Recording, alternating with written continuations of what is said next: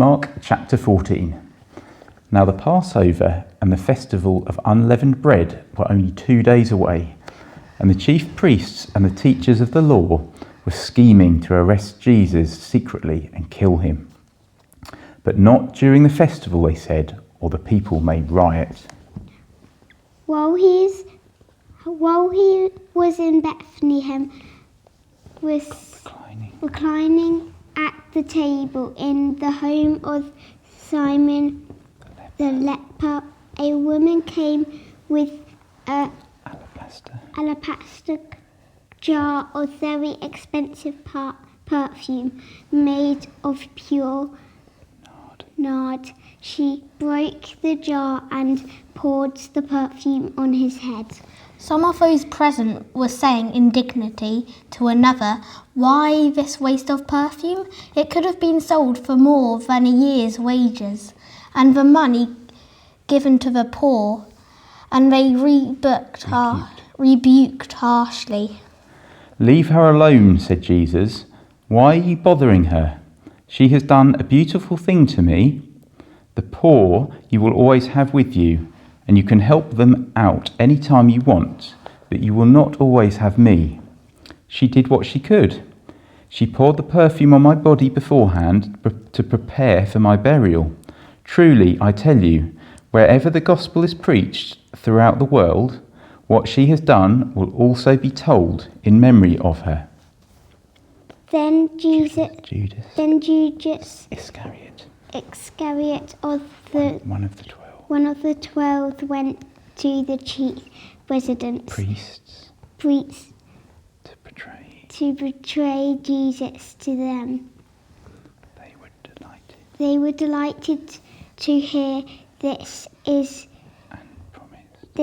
and promised to give them money. So he watched for an opportunity to hand him over. On the first day of the festival of unleavened bread, when it was customary to sacrifice the Passover lamb, Jesus' disciples asked them, "Where do you want us to go and make preparations for you to eat the Passover?" So he sent 2 of his disciples, telling them, "Go into the city, and a man carrying a jar of water will meet you. Follow him. Say to the owner of the house he enters, 'The teacher asks, where is my guest room, where I may eat the Passover with my disciples?' He will show you a large room upstairs, furnished and ready. Make preparations for us there." The disciple went into the city and found things just as Jesus had told them, so they prepared the Passover. When evening came, Jesus arrived with the 12. While they were reclining at the table, eating, he said, "Truly I tell you, one of you will betray me, one who is eating with me." They were saddened, and one by one they said to him, "Surely you don't mean me?" "It is one of the 12, he replied, "one who dips bread into the bowl with me. The Son of Man will go just as it is written about him. But woe to the man who betrays the Son of Man. It would be better for him if he had not been born." While they were eating, Jesus took bread, and when he had given thanks, he broke it and gave it to his disciples, saying, "Take it, this is my body." Then he took a cup, and when he had given thanks, he gave it to them, and they all drank it from it. "This is my blood of the covenant, which is poured out for many," he said to them. "Truly, I tell you, I will not drink again from the fruit of the vine until that day when I drink it new in the kingdom of God." When they had sung a hymn, they went out to the Mount of Olives. You will all fall away," Jesus told them, "for it is written, I will strike the shepherd, and the sheep will be scattered. But after I have risen, I will go ahead of you into Galilee." Peter declared, "Even if all fall away, I will not." "Truly, I tell you," Jesus answered, "today, yes, tonight, before the cock crows twice, you yourself will disown me 3 times. But Peter insisted emphatically, "Even if I have to die with you, I will never disown you." And the others said the same. When they went to a place called Gethsemane, and Jesus said to the disciples, "Sit there while I pray." He took Peter, James, and John along with them, and he began to deeply distressed and troubled. "My soul is overwhelmed with sorrow to the point of death." He said to them, "Stay here and keep watch."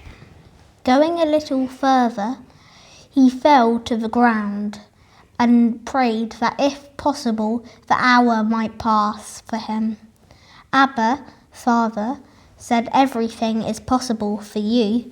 Take this cup from me, yet not that what I will be, but what you will."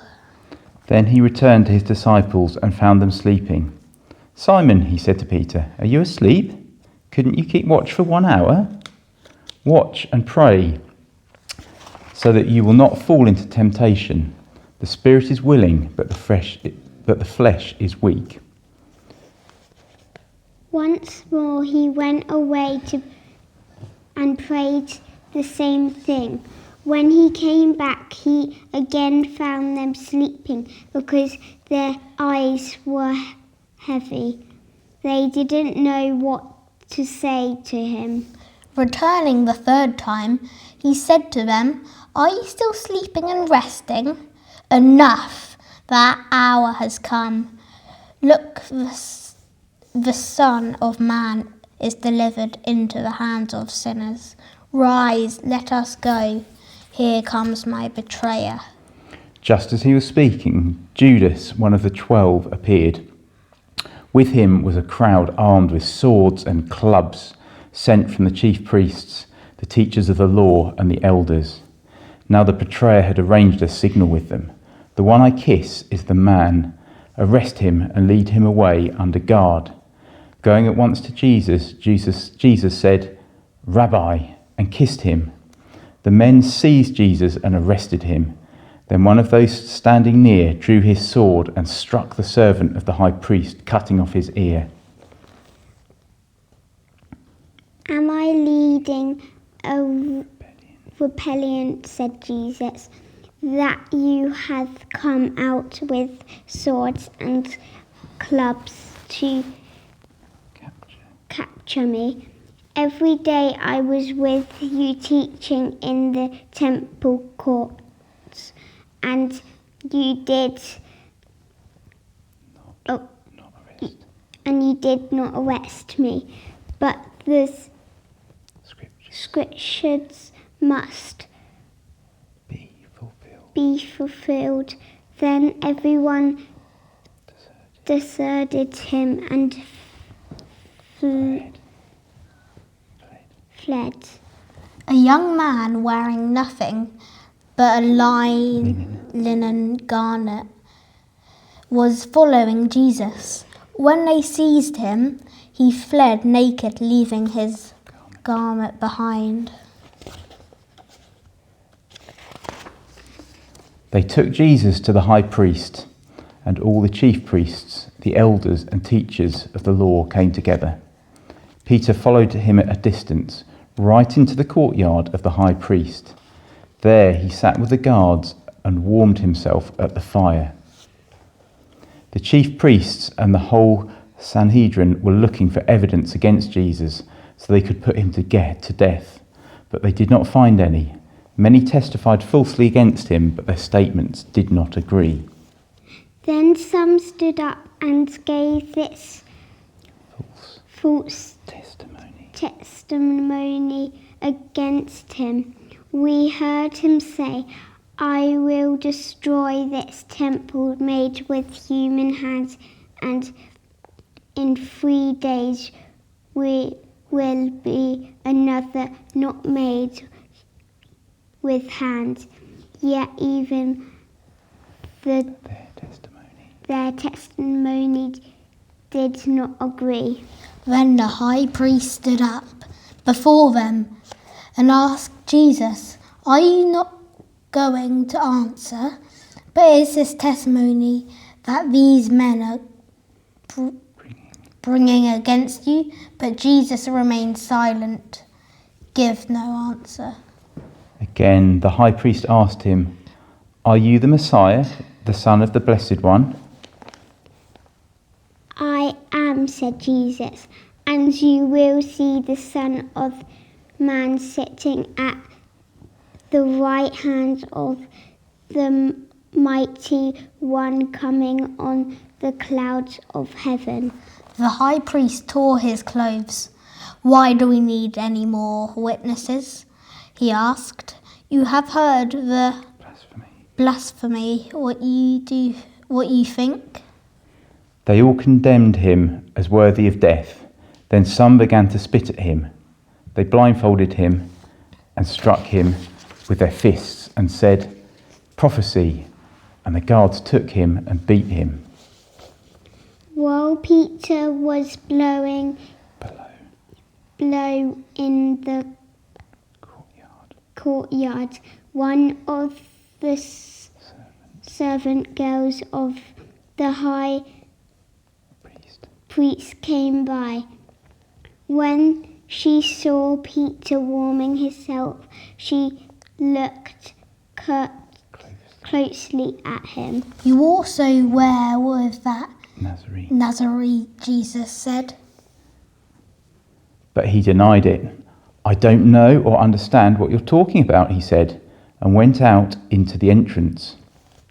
When the servant girl saw him there, she said again to those standing round them, This fellow is one of them. Again he denied it. After a little while, those standing near said to Peter, Surely you are one of them, for you are Galilean.